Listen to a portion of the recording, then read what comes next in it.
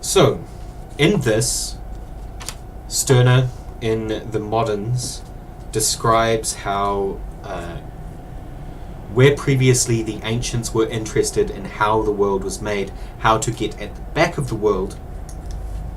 It's a phrase he uses on us, to get at the back of things, to find out what happens at the back of things, how things look from the back side. I think a really interesting way to think about how to engage with ideas, with the world. But I digress. Where the ancients were trying to get back of the world, the moderns try to get back of the God, to get back of spirituality, to get back of spirits. In the segment The Spirit, Stirner defines what a spirit is, but also, I think most importantly, he describes an idea that spirituality is created by spirit, and in turn, spirituality is created by man, by us, each of us, individually and uniquely. It is the action of being spiritual that creates the spirit that allows the spiritual to be made. It is the act of singing that allows us to become singers. It is the act of talking that allows us to become talkers. It is the act of loving which makes us lovers. Oh my God. I think that is such a core, deep way of engaging with the world that I find it almost shocking. He also describes how, and he goes on in the next two segments, that we hold these ideas of spirit and spirituality above our own experience. We think them more important than us. That we think of people who only look at themselves as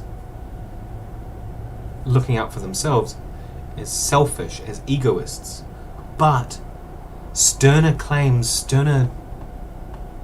tells us that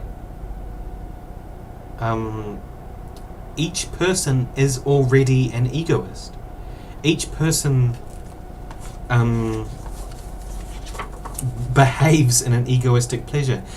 The ascetic who holds himself back from the world, he does so to satisfy his own ego. He does so because it is for his own satisfaction. He does so because he holds the ideal, the spirit of asceticism above himself, and therefore fulfills himself by sacrificing himself to asceticism. Stirner also here describes how we cut ourselves, we partition ourselves into the real and the spirit, to those ideas that are higher than ourselves and those ideas that are lower. I think he's right that we say, those who are egoists, that cutting of oneself is unacceptable.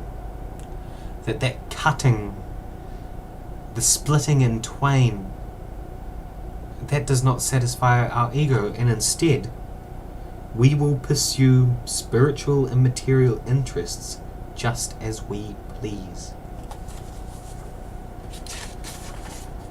Later he describes how the world is possessed by spirits in section 2, The Possessed. Um, this is a complex thing. I kind of struggle with this. I find it quite odd.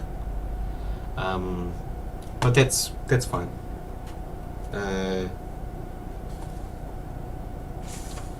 He describes how each thing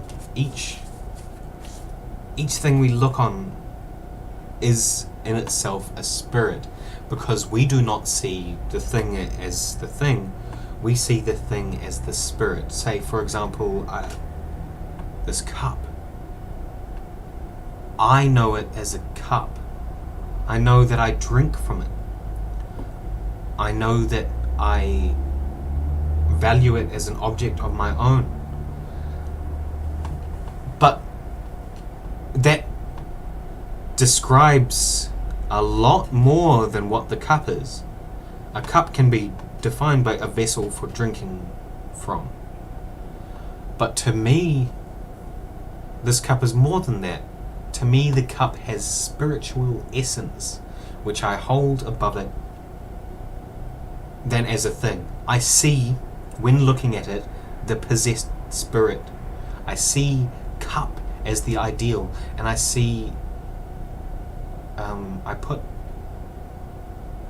I put the idea of cup above the actual physical material object. Then later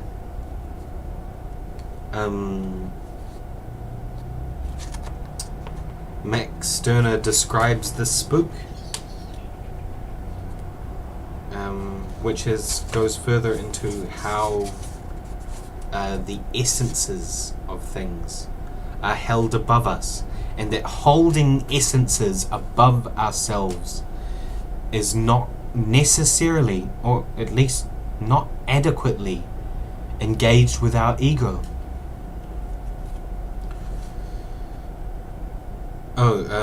Danaid labour. The fate of the Danaides in Hades has traditionally been a figure of speech for endless labour. In Greek mythology, the 50 daughters of the king Danaus, who killed their husbands on their wedding night and were condemned, in one account or another, forever to raise water from a well with a perforated vessel, or pour it into a receptacle of similar construction.